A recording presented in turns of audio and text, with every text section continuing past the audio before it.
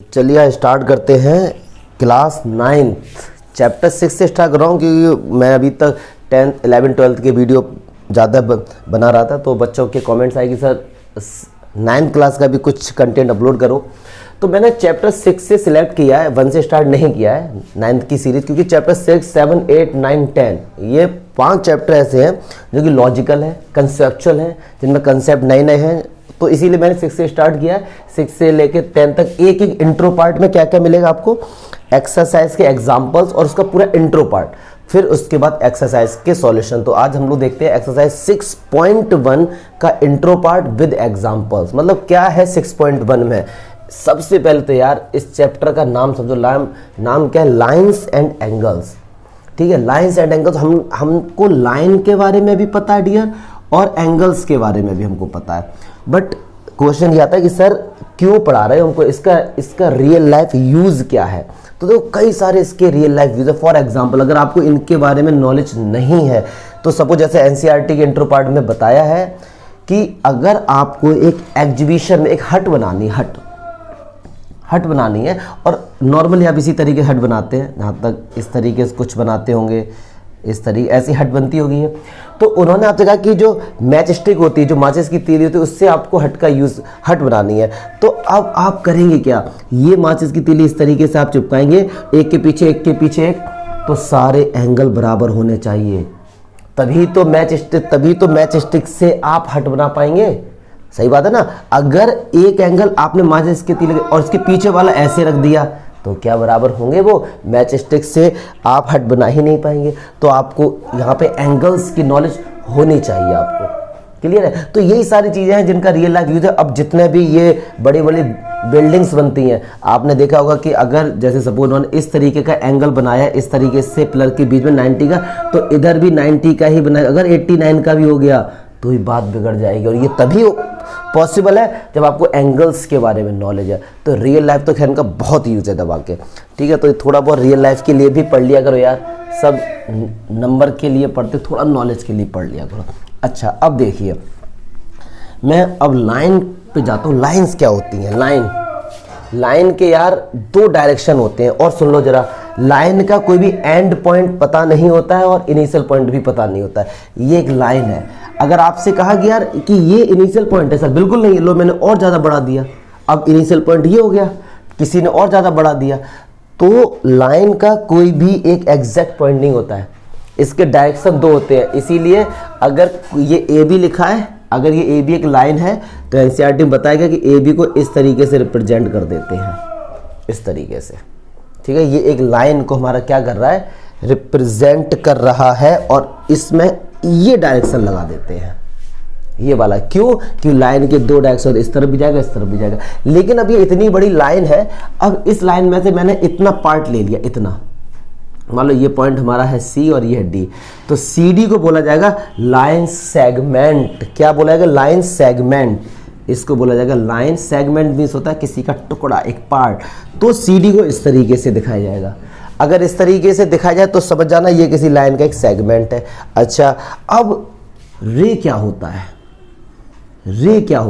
रे एक ऐसा होता है जिसका एक पॉइंट हमको पता होता है, इनिशियल पॉइंट, और फाइनल पॉइंट हमको पता नहीं होता। सपोज ये यहाँ से स्टार्ट हो रहा है और इधर कितना भी जा रहा है, फाइनल पॉइंट। इसको क्या क्या बोलते हैं, फाइनल, इसको बोलते हैं इनिशियल पॉइंट बोलते हैं, याद रखना ये इनिशियल पॉइंट।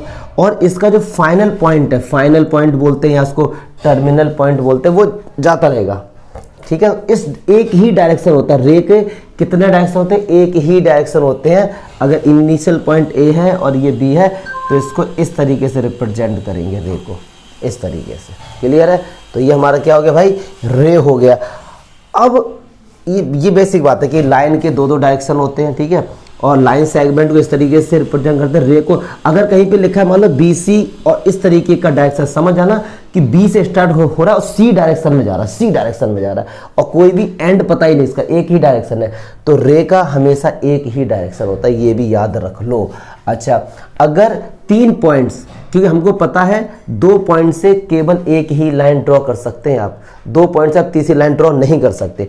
अच्छा, अगर 3 पॉइंट से एक लाइन होती हुई जा रही है, 3 पॉइंट से, तो वो तीनों पॉइंट मान लो ये ए बी सी, इनको हम बोलते हैं कोलिनियर पॉइंट्स। क्या बोलते हैं? कोलिनियर मीन्स एक सीध में है, ठीक है। तो आप याद रखना, अगर कोई लाइन 3-4 पॉइंट से होती हुई जा रही 10 से 20 से, वो सारे के सारे पॉइंट्स क्या होंगे? कोलिनियर होंगे, एक लाइन में होते हैं। तो ऐसे पॉइंट्स को क्या बोलते हैं? Collinear point. अब कुछ पॉइंट्स ऐसे हैं ये, तो ये लाइन ऐसे जा रही, क्या इस लाइन में तीनों पॉइंट आए? ए बी सी नहीं आए ना, तो इन तीनों पॉइंट्स को यार बोलेंगे नॉन कोलिनियर, ठीक है जी, नॉन कोलिनियर पॉइंट्स बोलते हैं। तो ये लाइंस का बेसिक फंडा है, रिप्रेजेंट करने का तरीका कैसे भी रिप्रेजेंट कर सकते हैं। एनसीईआरटी में इनको एक छोटे छोटे सिंबल से भी रिप्रेजेंट किया कि भैया लाइन को एल से रिप्रेजेंट कर दिया। कोई जरूरी नहीं है आप हमेशा ऐसे ही रिप्रेजेंट करें, ठीक है। लेकिन जब लाइन के हमको ये पॉइंट्स के बारे में नॉलेज नहीं है, तो उस पूरे लाइन को एक स्मॉल अल्फाबेट से भी रिप्रेजेंट कर सकते हैं। एल से कर दो, एम से कर दो, कैसे भी हम लोग कर सकते हैं। अब यार आता है एंगल्स। और अभी डियर ना, मैं आपसे अगर एंगल की डेफिनेशन पूछूं तो आप पक्का थोड़े से कंफ्यूज होंगे, यार क्या एंगल? हमको पता तो है एंगल होते क्या है, लेकिन डेफिनेशन नहीं पता होगी आपको। तो सुनो, उन्होंने क्या कहा कि अगर ये रे है, एंगल में रे का यूज होता है, लाइन का नहीं होता, क्योंकि एंगल का एक ये इनिशियल पॉइंट स्टॉप होना चाहिए ना। तो अगर ये मान लो, अब वो कहते हैं कि इस रे को, ए को सेंटर लेट करके बी को, इस पॉइंट को एंटी क्लॉकवाइज इसको रिमूव, इसको मूव कराइए एंटी क्लॉकवाइज। एंड मतलब क्लॉकवाइज होता है जिस तरह सुई की घड़ियां चलती हैं इस तरीके से, और एंटी क्लॉकवाइज होता है ऊपर की तरफ। मतलब सब आप यहाँ पे यहाँ पे यहाँ पे, मान लो यहाँ पर आ गया ये पॉइंट, अब ए से इसको मिला दिया, तो ये जो है इसको बोलेंगे एंगल। इसको क्या बोलेंगे? Positive angle. लेकिन अगर इस रे को आपने क्लॉक डायरेक्शन में घुमा दी इस तरीके से यहाँ पर, तो अब जो भी एंगल बनेगा ये माइनस का होगा। ये एंगल को थीटा बोल दिया। अगर आपको कंफ्यूजन हो कि ये क्या लिख रहा हूं मैं, तो ये एंगल है, एक्स ले लो, यहाँ माइनस एक्स हो जाएगा, ठीक है। तो याद रखो, अगर एंटी क्लॉकवाइज रे को आप मूव कराते हैं तो जितना वो एरिया कवर करती है, इतना एरिया कवर कर लिया इतना सारा, तो ये जो एंगल होगा, ये जो एंगल होगा पॉजिटिव होगा, और नीचे होगा ये माइनस में होगा। तो ये एंगल्स की डेफिनेशन है कायदे में, अगर देखा जाए तो ये सारी चीज़ें हैं जो आपको आनी चाहिए। अब यार एंगल्स की बेसिक नाम इसमें बताए गए हैं, तो वो जल्दी से देख लेते हैं क्या है वो। अच्छा, अब देखो यार जो एंगल्स है, अब यहाँ पे हम स्टार्ट करते हैं टाइप्स ऑफ एंगल। यार जीरो एंगल क्या होता है? अब देखो, बहुत से बच्चे लोग सिंपल समझते हैं जीरो एंगल, लेकिन एग्जैक्ट डेफिनेशन समझो क्या होती है। जीरो एंगल्स मींस क्या? देखो एंगल बनता कैसे है, अगर एक रे यहाँ पर है और दूसरे को मैंने यहाँ लेकर आ गया उसी रे को, तो ये जो एंगल बन गया इनके बीच में। अब जीरो एंगल क्या है? अगर एक रे ये है और इसको मूव नहीं करा, इसके ऊपर ही उसी रे को, मतलब ये, तो इनके बीच में क्या एंगल बना है? ये हो गया जीरो एंगल, ये हो गया जीरो एंगल। बहुत से बच्चे सोचते हैं कि ये इस तरफ है, ये इस तरफ है, क्या ये नहीं, ये तो 180 हो गया। तो जीरो एंगल क्या होता है? अगर एक रे के ऊपर दूसरी रे होती है तो उसको हम क्या बोलते हैं? जीरो एंगल बोलते हैं, क्योंकि उसने मूव किया ही नहीं है बिल्कुल भी, ठीक है जी। अच्छा, फिर आता है एक्यूट। एक्यूट एंगल क्या होता है? जो भी हमारा एंगल होता है वो 90 से छोटा होता है और 0 से बड़ा होता है। इसको लिखने का तरीका, 90 से छोटा, 0 से बड़ा, मतलब ये वाला मान लो ये 36 डिग्री है, तो 30 से एक्यूट हो गया, क्योंकि वो 0 से बड़ा है और 90 से छोटा। अगर वो 0 है तो वो जीरो एंगल होगा। इसे ऐसे लिख के मत आ जाना, इसका मीनिंग क्या हो गया? 0 के बराबर भी है, तो ये गलत हो जाएगा आपका। फिर इसके बाद आता है राइट एंगल। राइट एंगल जो 90 डिग्री का एंगल बनाते हैं, जैसे ये इनके बीच में 90 डिग्री है, तो इसको हम क्या बोलते हैं? Right angle. फिर आता है ऑब्ट्यूज। ऑब्ट्यूज एंगल क्या होता है यार? ऑब्ट्यूज एंगल वो होता है ऐसे एंगल जो यार 180 से छोटे होते हैं और 90 से बड़े होते हैं, जैसे 135 हो गया या 91 हो गया या 90.0001, ये भी हमारा ऑब्ट्यूज हो गया, 90 से तो बड़ा है और 180 से छोटा, मतलब 179.9999, ये भी हमारा ऑब्ट्यूज में आएगा। लेकिन जैसे ही आपने 180 कर दिया, कि अगर आपने कहा कि सर एंगल 180 है, तो वो कौन सा हो गया? तो वो कौन सा एंगल हो गया बताओ? स्ट्रेट लाइन एंगल है, स्ट्रेट एंगल, ठीक है। क्योंकि 90 का है, सॉरी 180 है, 180 में एक स्ट्रेट लाइन बनती, मतलब एक रे इस तरफ गई है और दूसरी रे इस तरफ, मतलब इसको मैं मूव करा के यहाँ पे लेके आ गया, तो यार ये एंगल कितना हो गया? 180 हो गया। फिर उसके बाद आता है रिफ्लेक्स।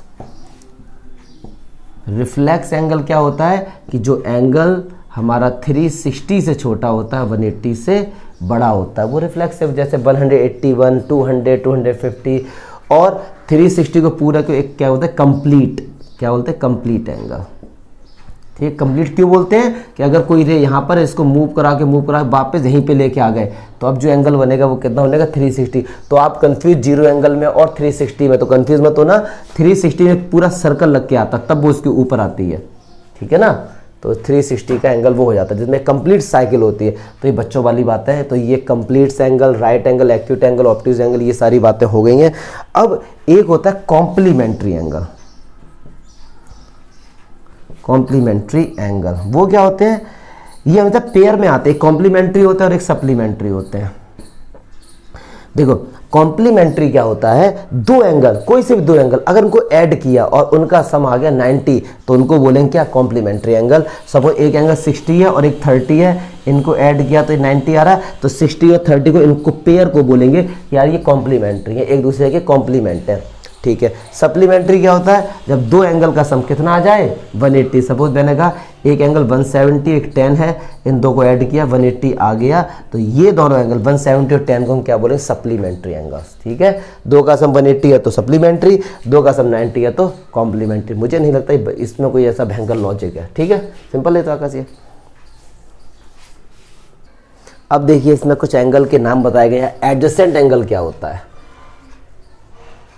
ठीक है। लीनियर पेयर एंगल क्या होता है ऑफ एंगल्स, और वर्टिकली अपोजिट एंगल क्या होता है।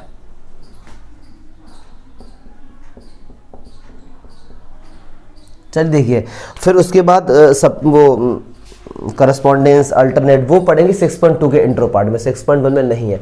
तो एडजेसेंट एंगल क्या होता है यार, सबसे पहले तो एडजेसेंट का मीनिंग समझो। एडजेसेंट मीन्स होता है पड़ोसी, चिपका हुआ। अब जैसे क्या यहाँ पे कैसे एंगल चिपक रहे हैं, तो देखो यार कैसे, देखो जरा कैसे चिपक रहे हैं यहाँ पे, हट जा।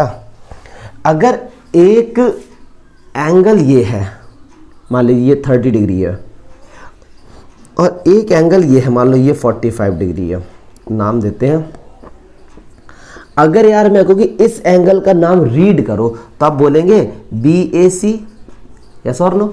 30 डिग्री को लिखेंगे ना, BAC कितना है, 30 डिग्री। और अगर मैं आपसे कहूँ 45 का नाम रीड करो तो CAD, क्या बोलेंगे, एंगल CAD। या फिर कोई बच्चा होशियार है तो बोलेगा सर DAC बोल दो, एक ही तो बात है, इसका नाम एक और बोल दो, CAB बोल दो, क्योंकि जहां एंगल बस बनता है वो बीच में आती है। तो इन दोनों एंगल का जब नाम लिखा आपने तो एक चीज कॉमन आई है कि AC देखो इसमें भी आ रही है, AC इसमें भी आ रही है, AC इसमें भी आ रही है, AC इसमें भी आ रही है। मतलब क्या हुआ, जब दो एंगल के बीच में एक लाइन कॉमन होती है, एडजेसेंट मतलब देखो पड़ोसी है, चिपकी हुई है, ये लाइन जो है इस एंगल में भी आ रही है और इस एंगल में भी आ रही है, तो ये दोनों एंगल को हम क्या बोलेंगे, एडजेसेंट एंगल। क्लियर है। अच्छा कुछ नहीं है, लीनियर पेयर भी ऐसे होता है, वो भी एक टाइप का एडजेसेंट एंगल ही होता है जैसे ये, बस ये स्ट्रेट लाइन पर होता है, बस इनका सम 180 होता है।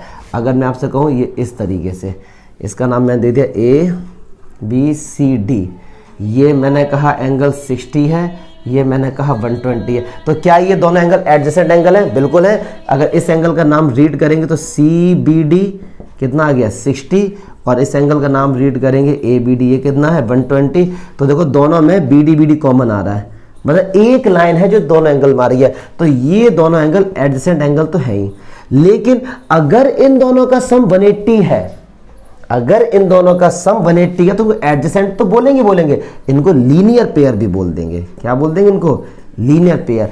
तो ये एडजेसेंट था, इसको लीनियर पेयर हम नहीं बोल सकते, क्यों, इन दोनों का सम 180 नहीं था, लेकिन ये एडजेसेंट थे, ठीक है। और ये एडजेसेंट भी है और ये लीनियर पेयर भी है, क्यों है, क्योंकि इनका सम 180 है। तो कहने का मतलब कौन चला गया भाई, तो कहने का मतलब क्या है कि अगर किसी का सम 180 है तो वो लीनियर पेयर भी है और एडजेसेंट भी है। तो फाइनल एक बात सुनो, अब लॉजिक वाली सुनो, कि अगर दो angle, if two angles are linear pair angle, अगर कोई भी दो एंगल लीनियर पेयर है तो पक्की बात है कि वो एडजेसेंट भी होंगे।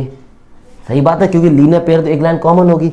लेकिन if two angles are adjacent, तो भैया पक्का नहीं है कि वो लीनियर पेयर होंगे, हो भी सकते हैं नहीं भी हो सकते हैं।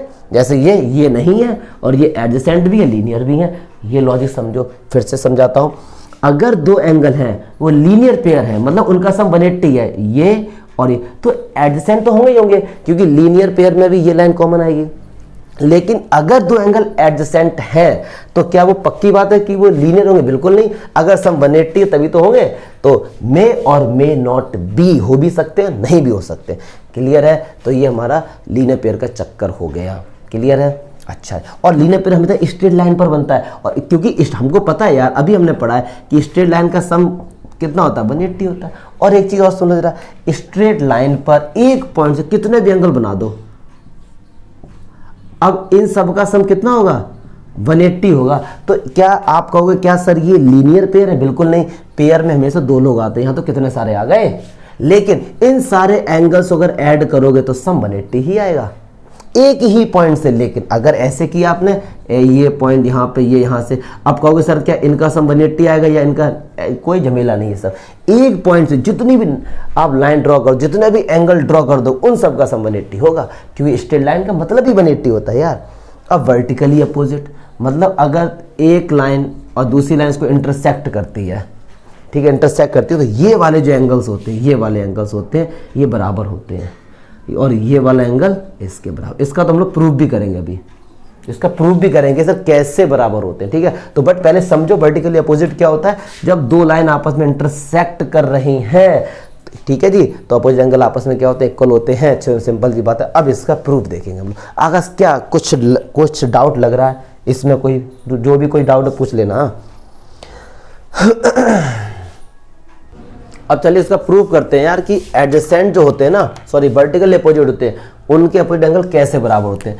तो ये एक लाइन है, ठीक है जी, लाइन है तो इसके दो डायरेक्शन होंगे। अब लाइन की लेंथ तो पता नहीं, तो कुछ भी हमने यहाँ तक लाइन सेगमेंट ले लिया, ये ए पॉइंट दे दिया और ये बी पॉइंट। इस बात को देखो, लिखने का मीनिंग समझो। नंबर इस बात के नहीं होते, बट आपको नॉलेज के लिए आना चाहिए, क्योंकि लाइन का तो कोई भी लेंथ और डायरेक्शन होती नहीं है। तो एक छोटा सा पार्ट ए भी हमने ए बी सेगमेंट ले लिया। अब ऐसे ही इसको एक और लाइन से मैंने कट करा दिया इस तरीके से।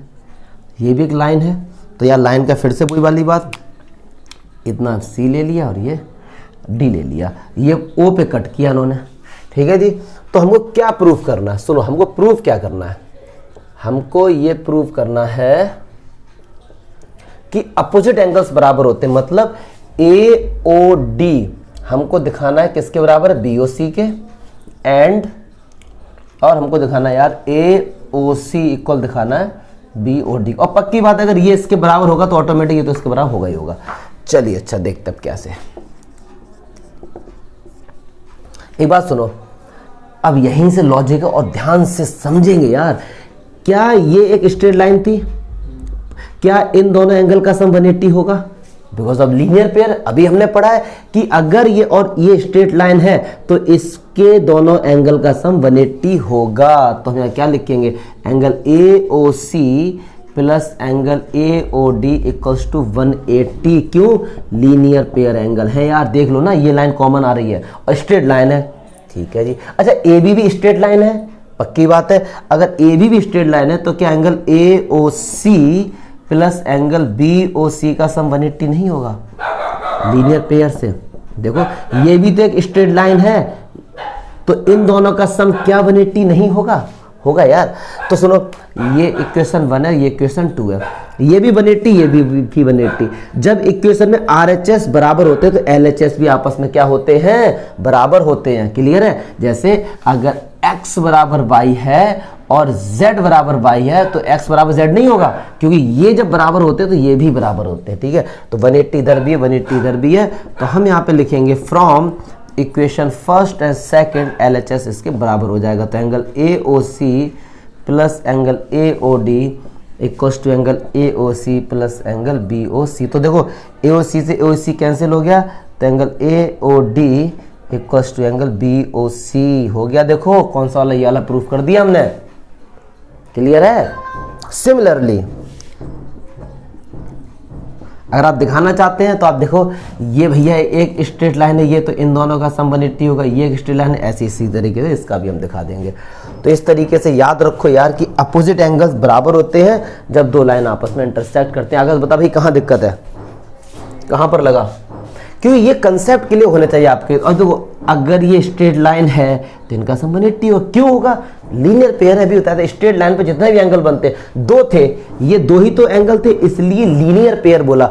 अगर तीन होते तो इसको लीनियर पेयर नहीं बोलते, इसको लीनियर पेयर नहीं बोलेंगे, इसको only sum of all angles should be 180 because all angle made on a single point on a straight line. बस इतना लिख देना, ठीक है। तो ये सब बेसिक बात है। अब यार एग्जाम्पल पर आते हैं। 6 पॉइंट बन गए, इतना ही था इंट्रो, प्रूफ भी बता दिया। जो सब कुछ एनसीईआरटी सब कुछ पढ़ते चलेंगे स्टार्टिंग से, नंबर के लिए नहीं पढ़ेंगे, नॉलेज के लिए पढ़ेंगे, इसलिए प्रूफ बता रहा हूँ। चलिए अब एग्जाम्पल देखते हैं। इसका एग्जाम्पल फर्स्ट क्या कह रहा है इसका, तो ये डायग्राम दिया गया है इस तरीके से। ये एक लाइन है, इसको सेगमेंट ले लिया R एंड S, ये P है और ये Q है, इस तरीके से। अब कह रहे हैं इस क्वेश्चन में कि एंगल POR का जो रेशियो है ROQ के साथ वो 5:7 है। ये गिवन है क्वेश्चन में, मतलब POR। अब देखो POR ये रहा और ROQ ये रहा। अगर इन दोनों एंगल्स का हम डिवाइड करेंगे तो आंसर हमेशा आएगा 5:7। तो लेट कर लो या लेट कर लो कि जो POR है वो 5x है और ROQ है वो 7x है। क्यों, इनका डिवाइड करो, x कैंसिल हो जाएगा और 5.7 ही आ जाएगा।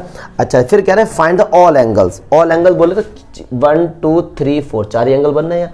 अच्छा, ये एक स्ट्रेट लाइन है, यस और नो, तो इन दोनों का सम कितना होगा 180। तो इन दोनों का सम कितना होगा, ये 5x है, ये 7x है, तो 5x प्लस 7x को ऐड किया तो कितना हो गया 180 हो गया। 7 5 12x इक्वल्स टू 180 हो गया। तो x इक्वल्स टू 180/12 हो गया, ठीक है। तो 6 2 जा 12, 6 3 जा 18, मतलब 15 आ गया। x की वैल्यू कितनी आ गई 15। कह रहे चारों एंगल बताओ, चारों एंगल एक एक करके बताते भैया। तो एंगल POR कितना था 5x। देखो x एंगल नहीं आया है, एंगल तो POR था ना, तो POR क्या है 5x। तो ये 5 इंटू x कितना 15, तो 15 5 जा 75। क्लियर है। अच्छा, अब निकालेंगे ROQ, वो क्या था 7x। तो 7 इंटू 15, 15 7 जा 105। अच्छा, अगर ये 105 है तो पक्की बात है ये कितना होगा 105। अभी प्रूफ किया था, डायरेक्ट लिखेंगे वर्टिकली अपोजिट एंगल्स। अगर ये 75 है तो कितना होगा 75 वर्टिकली अपोजिट। क्लियर है।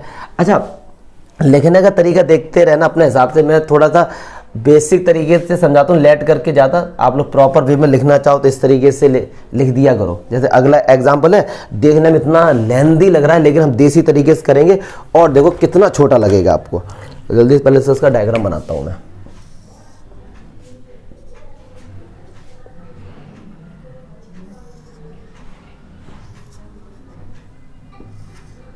देखना वैसे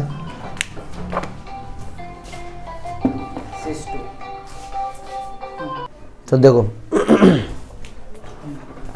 अब ये नाम दिया गया इधर PQ O, ये T, ये S, ये R। अच्छा, इसमें ये दिया गया, ये इसके है, इसका पहले तो बहुत से अच्छे मीनिंग समझे। जो ये लिखते हैं आपको पता होना चाहिए।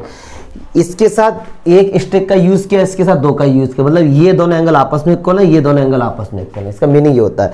इतना सब कुछ दिया गया है। कह रहे POS, एंगल POS जो है वो x है, तो एंगल ROT बताओ, बात खत्म।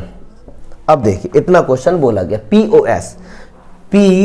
POS पूरा कितना, ये पूरे की बात कर रहे हैं। POS ये पूरा कितना है x है, तो कह रहे ROT बताओ। क्लियर है। अब सुनो जरा, अब आप सुना, ये पूरा एंगल x है और ये दोनों एंगल आपस में इक्वल है, तो क्या ये एंगल XY2 और ये एंगल XY2 नहीं होगा, बताओ। मैं हाफिज होगा, मैंने कहा सुनो ध्यान से, मैंने कहा टोटल मेरे पास 4 रुपए हैं और 2 लड़के हैं, उनमें इक्वली बांटने हैं, तो 2-2 रुपए तो आएंगे, ठीक है ना। फिर से देखो यार इस चीज को, ये पूरा एंगल POS पूरा x था, मैंने पूछा इतना कितना होगा, इतना कितना होगा, तो आधा ही तो होगा। क्यों, ये दोनों बराबर है, पक्की बात है।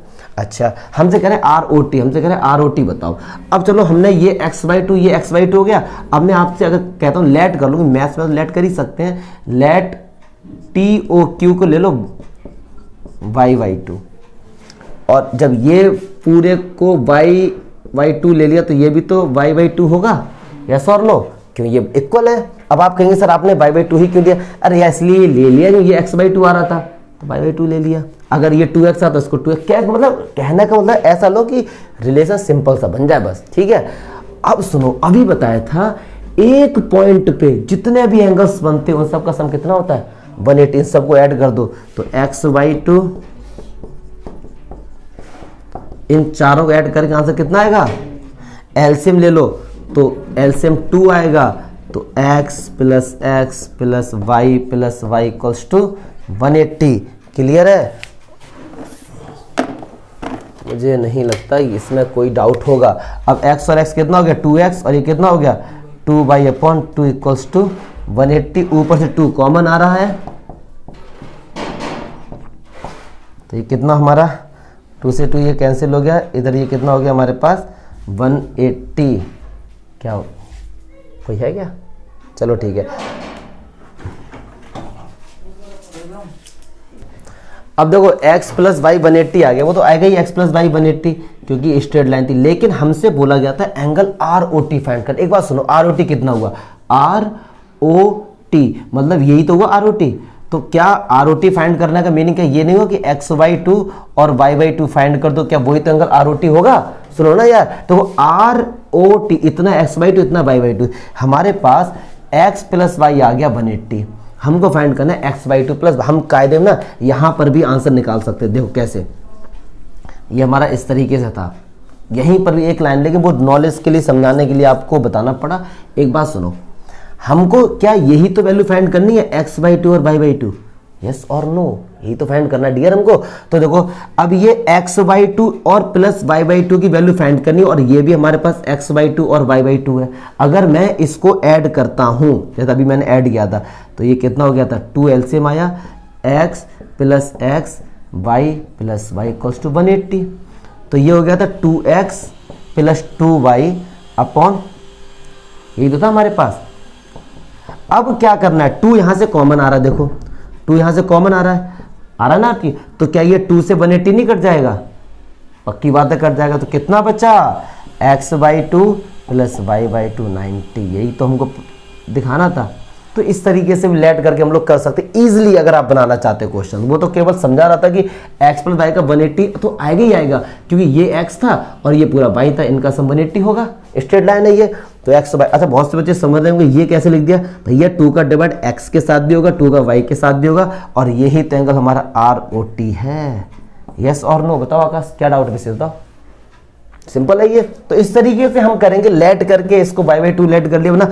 आप एनसीईआरटी में कैसे है, x/2 को बार बार लिखोगे आप POR, फिर इस x/2 को लिखोगे ROS, कितना लेंदी हो जाएगा देखने में। सिंपल से ऐसे करो, बच्चे तो नहीं। अब लास्ट एग्जांपल देख लो यार इसका जल्दी से। ये कह रहे हैं, क्या कह रहे हैं, पहले तो इसका डायग्राम बनाओ बढ़िया सा।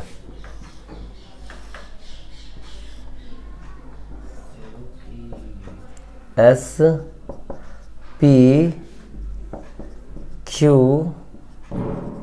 R, ये इस तरीके से है।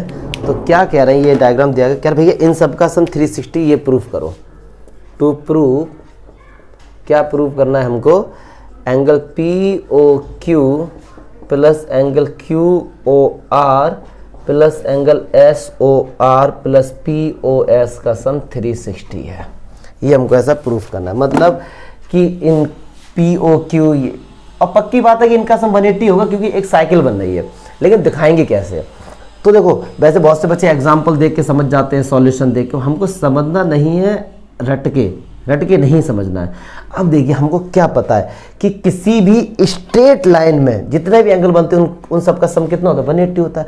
अगर मैं क्या करूं, ये एक रे है इस तरफ जा रही है, अगर मैं इसको लाइन में कन्वर्ट कर दूं, इस तरीके से एक सीधी लाइन ड्रॉ कर दूं, ये देखने में सीधी लग नहीं रही है, चलो इस तरीके से मैंने ये कर दिया, इसका नाम कुछ मैंने ए दे दिया, ठीक है, ये मैंने कंस्ट्रक्ट किया, मैंने कंस्ट्रक्ट, तो जो भी यहाँ पे कंस्ट्रक्ट करते हो उसको लिख दिया करो, कंस्ट्रक्ट अ रे ओ ए, मैंने कंस्ट्रक्ट कर दी। ठीक है, तो अब ये एक स्ट्रेट लाइन हो गई, कायदे में देखा जाए तो क्या इन दोनों के एंगल का सम 180 होगा? पक्की बात है, एक सीधी लाइन है, तो मान लो ये एंगल 1 है, ये एंगल 2 है, तो क्या एंगल 1 और एंगल 2 का सम 180 होगा? हाँ जी बिल्कुल होगा। अच्छा, ये स्ट्रेट लाइन है, तो इस तरफ भी इन सारे एंगल का सम कितना होगा? 180 होगा। मान लो ये 3 है, ये 4 है, ये 5 है, तो angle 3 plus angle 4 plus angle 5 का सम 180 होगा। यस और नो? मैं कोई यहाँ पे लिख दे रहा लीनियर पेयर, ये इक्वेशन फर्स्ट है, इक्वेशन सेकंड है, तो 1 और सेकंड को ऐड कर दो। तो जब इक्वेशंस ऐड होती हैं, you should keep in mind, जब इक्वेशंस ऐड होती हैं तो LHS से LHS ऐड होता है, RHS से RHS ऐड होता है। 180 ऐड किया तो 360। अब हमसे कह रहे हैं POQ। अच्छा, POQ सुन ध्यान से, POQ क्या? एंगल 2 प्लस एंगल 3 को POQ लिख सकते हैं? बिल्कुल लिख सकते हैं। तो एंगल 2 और एंगल 3 को क्या POQ लिख सकते हैं? बिल्कुल लिख सकते हैं।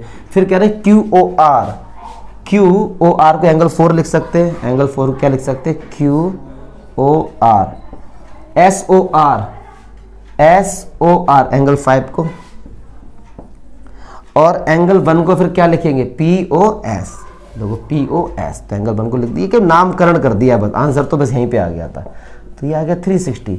अब देखो एनसीईआरटी में उन्होंने कितना एक एक चीज लिखी है, इसलिए आपको लेंथी लग रहा है, मैंने ये सब चीज़ लेट कर ली, एंगल 1 2 3 ऐसे कर सकते हो, कोई भी नंबर नहीं कटेंगे, क्योंकि टीचर ये समझता है बच्चे को कंसेप्ट आता है, ना कि वो थ्योरी देखना चाहता है तुम्हारी।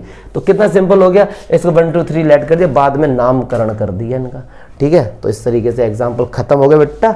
अब हम लोग करेंगे स्टार्ट एक्सरसाइज।